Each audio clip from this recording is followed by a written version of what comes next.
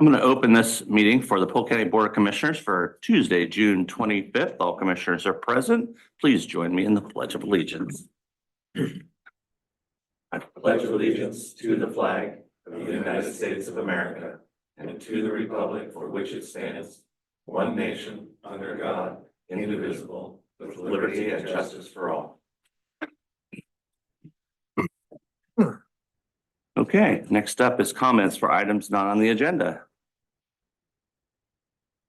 All right, seeing none, next item is approval of minutes of June 11th. Also move. Second. It's been moved and seconded. All those in favor signify by saying aye. Aye. Aye. Deflection grant application. Please come forward. Good morning, Jody Merritt, Community Corrections Director. I'm here on behalf of, our deflection team, coalition of folks that are putting together this application for funding through the Criminal Justice Commission, and we're looking for authorization and support to submit this grant application to build and implement a deflection program here in Polk County. So you have a copy of the grant application. As you know, this is a result of House Bill 2002, and money was provided to the CJC to push out to counties to create a deflection program based off of their individual needs. So we are currently working. There's been a handful of meetings with the chiefs of police in all jurisdictions, including the tribe, as well as behavioral health, the DA's office, and the sheriff's office. Community Corrections myself is coordinating the effort, which is why I'm involved as well. So I'm here to answer any questions you may have.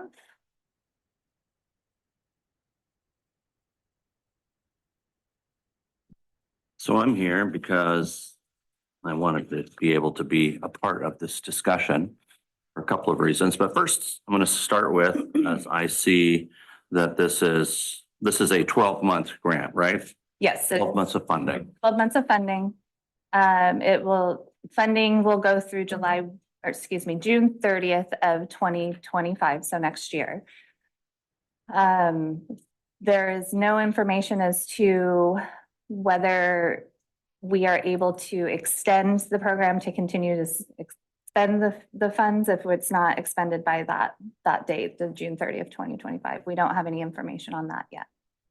There's a lot of questions around that. Another question is we also don't know if there will be additional funding moving forward as of July 1, 2025. So, of course, the devil's in the details with whatever the grant contract says. I get that. And so I'm not opposed to applying. And I've read through the entire application, all the questions.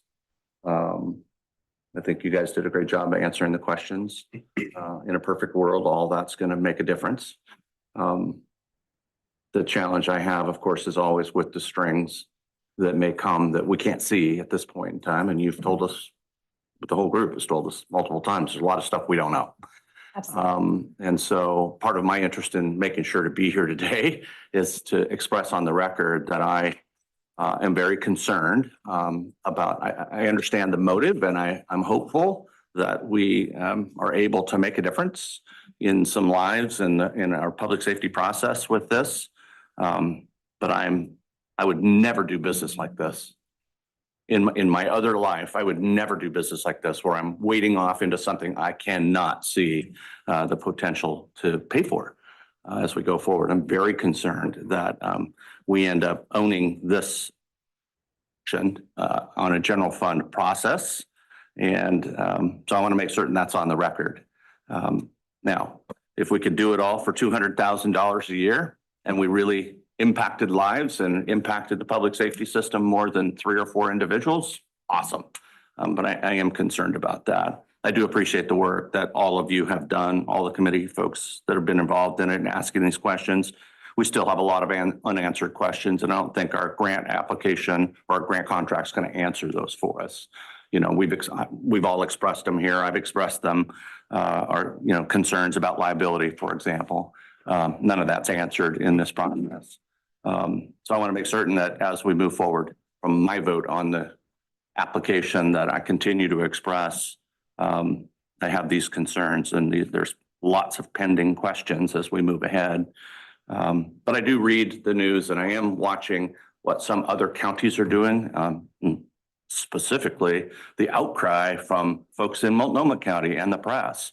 I'm stunned actually by what I see happening there. So I am absolutely hopeful that we don't do that, what they're doing there. Likely they're going to change course, I would expect. But those are my challenges as we go forward. And this isn't enough money, in my view, to make it sustainable. But I guess it's a good start for an experiment. There'll be a lot of questions again when we get to the contract and verify or signing off on the contract. I'll still have a lot of questions with regard to that. And so we have this short timeline, have to have this all in by Monday next week. July 1st, Right. at 1 o'clock is the deadline. And then we can expect funding. Okay, that's another unanswered question. But we're scheduled to start by September 1st.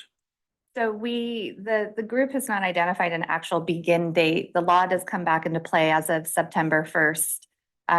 So we're working towards that. However, the grant application, we've just identified that we would be operational by the end of the year. And so that was the date cutoff between operational and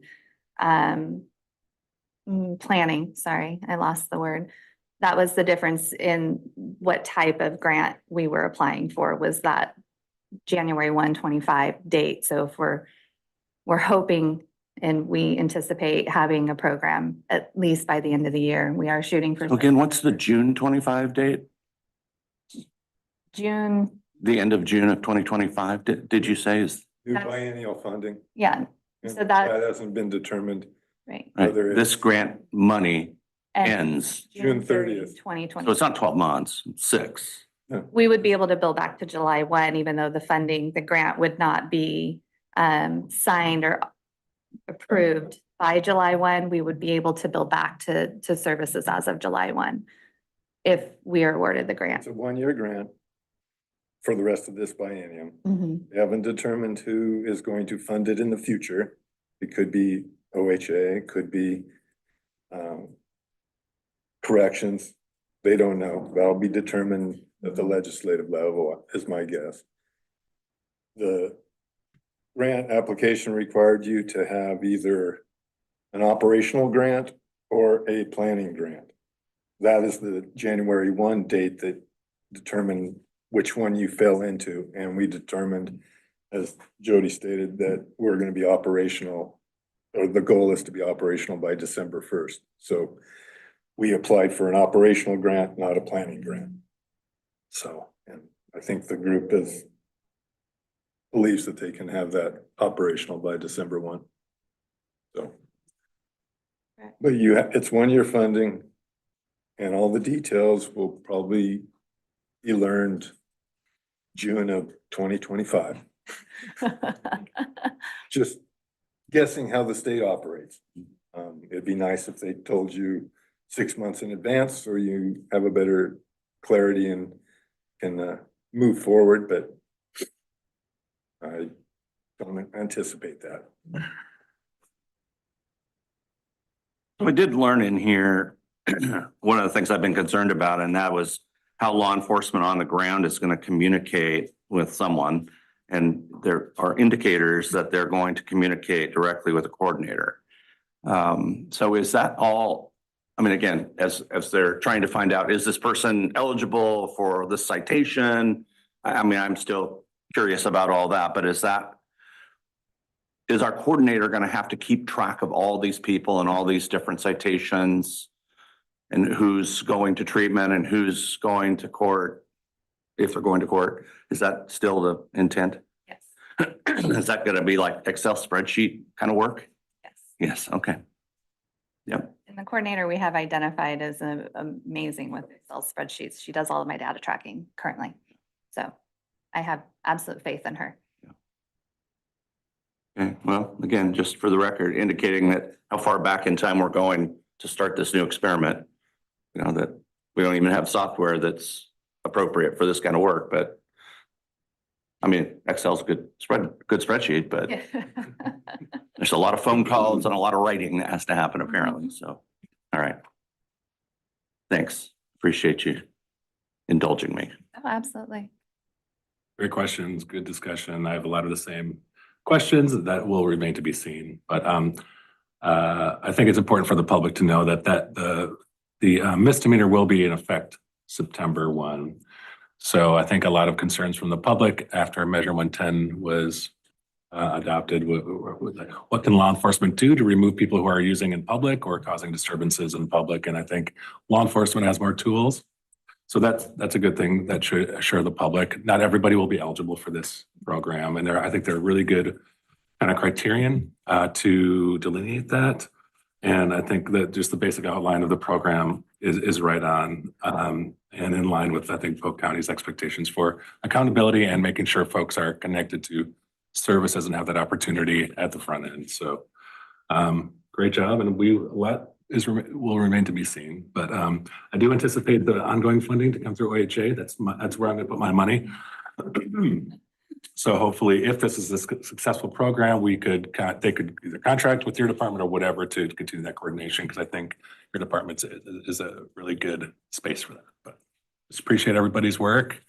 Aaron and Mark, thank you. And I'll support this application.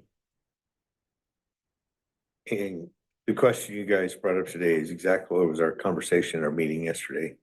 All those same questions, because we share those same things. And the statement was made, we want to create something that will maintain what Polk County is known for, and that's holding people accountable for making bad decisions. And we don't want to deviate from that. So there's going to be a small amount of people that will qualify for this deflection. But yet at the same time, we're going to keep that at the officers on the ground level. It's kind of their program to who comes in, who doesn't. And then they were creating a Polk County deflection team that will review each and every one of them. So it's got a lot of checks and balances. I think it's going in the right direction. So that's the point. So are you planning on having still regularly scheduled team meetings? Yes, after our meeting yesterday, we actually had meetings every week with the exception of next week. So we will meet again. We canceled 2 of those. So we will meet again the end of July to give us an opportunity to put together a program description, brochure, and information that we would need for the program, so that is our next step for review by the team. Also gives us opportunity to really compile all the information that we've agreed upon into a good working document so that we can review it from start to finish, because I believe we're on the home stretch. I think we're about 75%. And so at this point, it's really just bringing it back in one form that we can go through and make sure that we're all on the same page. We all agree we're meeting those goals of accountability as well as access to treatment and services. So that is our next step. So our next meeting is the end of July. And we'll track rate of folks who engage or obviously engage successfully, have good outcomes. However, that's determined by the assessment. So we'll have data on that as things go forward. Yes. Yeah.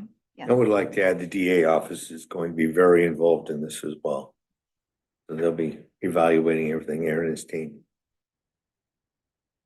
Yeah, part of my interest going forward is, again, as always with any government program, is how do we measure success, and how are we keeping track of that? And so I'm very interested in the data of who gets treatment, what the outcomes were, and so they didn't make it. I want to see a column for that, and who is successful. Hopefully, we're able to track that, and should be able to see that process.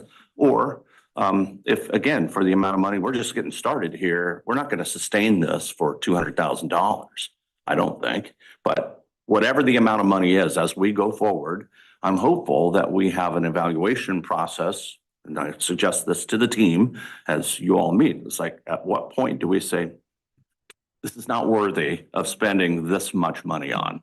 Again, there has to be, a return on the investment, I think. And so we have to be honest with each other about, are we actually meeting the goals and serving?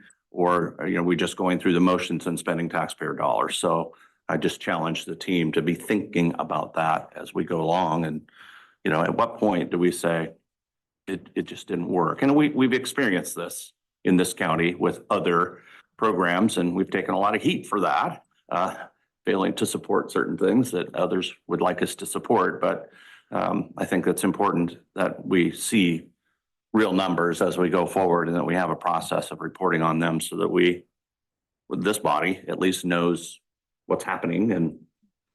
But again, the ability for us to say, we're not going to apply again. I'm assuming it's always going to be a grant process.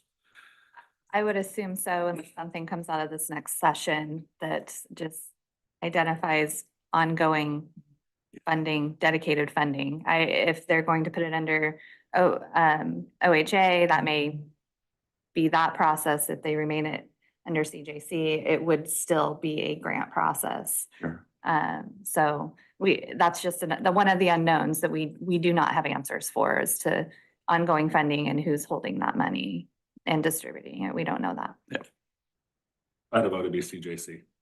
It's much clearer in terms of those outcomes and tracking things over time. It's much more clear. I would agree, But I don't get to especially choose. every county, the OHA, you're assuming it's going through your health services. Yep.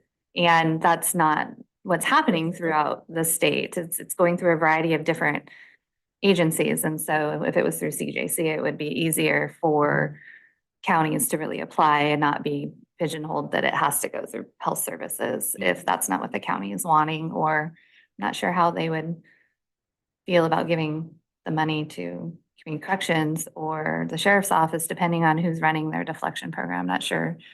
I'm sure they would work. Yeah. It'd be allocated to behavioral health would then Push it. contract it Contract with corrections. to whoever is how your program's set up and that, if it's OHA. And that can get messy, especially with reporting It could and get messy. You're gonna have reporting requirements that are however. beyond comprehension. But you're probably gonna have adequate funding, whereas CJC is gonna make more sense, but your funding will always be in jeopardy. Mhm. So there's pluses and minuses with both entities providing that funding, in my opinion. But time will tell. Well, and I'm expecting that there, like we have with behavioral health, there's a reporting requirement. And so we have a responsibility to track the data. And first and foremost, right? I mean, again, CJC, OHA, whomever they don't compile a data sheet till we give them a report. So I would expect that our coordinator should have the ability to tell us what our metrics are, how we're doing. And any county that doesn't do that is probably going to be behind right from the get-go. And I think it will make a difference because I fully expect that over time, may take a couple of years, but that we're going to end up having to argue against the state and the legislature saying, well, you guys have done a really good job. You're very successful. We're just going to hand this off. And well, we've experienced that. Yes, it happens. It happens. So we need to be able to, again, have adequate metrics that we can demonstrate we're not doing this. We're not taking taxpayer property tax dollars and paying for this. Again, state, you got to support this. And so either the numbers make sense or they don't going forward. Yeah. The coordinator, we plan to have the coordinator track a variety of metrics for that purpose. I like data, you guys know that. And so the more information that we have, the more of a picture it paints. We do know that the CJC is going to be asking those who receive the grant to report through a system that they have in place. And I believe the impacts grants that I believe the sheriff currently has, they use that same program. There's a lot of difficulties with that program, is my understanding. But as far as reporting for the data reporting to the CJC, they do have a program that they're wanting us to use. So I anticipate once grant awards are rolled out, that would also be provided, and training provided to the coordinator so that we're aware what those metrics are, but we will have a variety of our own. So Training, the training. training word right there, that scares me a lot. It's like you guys have probably done more training than the state has even thought of. So We do a lot of training, yes. in your group, Yeah. that's the part that frustrates me. Is like, what's the comprehensive discussion at the state agency level like? I think that word comprehensive doesn't get considered. Yeah, I worry about that part. They're making up rules while we're trying to figure out how to just make a system work. So, all right, we've badgered this long enough, I suppose. Would you like a motion? Sure. Okay, I'll move approval of the deflection grant applications presented. I'll second that. All right, it's been moved and seconded. Any further discussion? Thanks for your leadership, Jody. Ditto. Thank you. All those in favor signify by saying aye. Aye. Aye. Pass unanimously. Go forth. Bring back nothing but puppies and flowers. Flowers, favorite. All right, next up is resolution number 24-09, fiscal year 24-25 master fee schedule. Mr. Hanson. Yes, this isn't asking for approval of this resolution today. It's more for your review. We are going to put it on the consent calendar or an agenda item, whatever your choice is, for July 3rd. Annually, we modify our fee schedule. We're given that opportunity. The only time we modify the resolution is if there is a new fee that's been established throughout the year that no one was aware of. So you can modify for that. Otherwise, these are the fees that you're going to be charging for the upcoming year. Majority of the departments didn't have any modifications.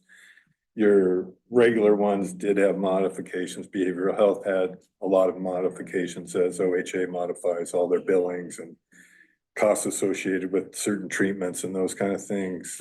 Community development had modifications due to state building code and also Austin's desire to try to make his programs as cost effective as possible. He tends to increase them about 3% a year on the costs associated with those fees.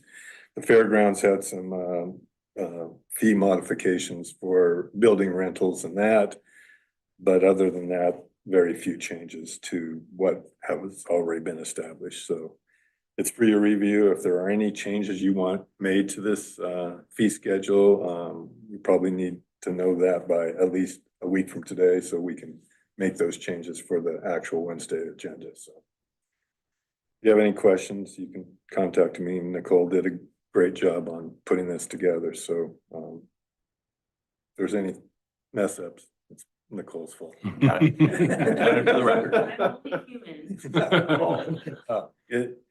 It's a necessary task that we do, but it's very tedious too. Yeah. So she did a good job. Okay. Do we have non-listed items? No, sir. Not really. I mean, tomorrow is a pretty full agenda, at least on the Wednesday agenda. You'll be approving insurances, both liability, property, and that, along with workers' comp. You'll also be adopting the budget, which is probably your single most important thing to do, especially if you want to operate past midnight on July 1st. You have to have an adopted budget for authorization to spend money. So that's your biggest and most important thing. It's one of the first things on the agenda tomorrow. So hopefully public comment doesn't last too long because we have two other entities that we have to adopt budgets for: Extension and Grand Round Sanitary District. So No pressure. Thanks. Appreciate that. hey, I'll find you a gavel too. Was that a subtle hint? Yes, I get it. Actually. Oh, I think we do have one somewhere. I'll find it.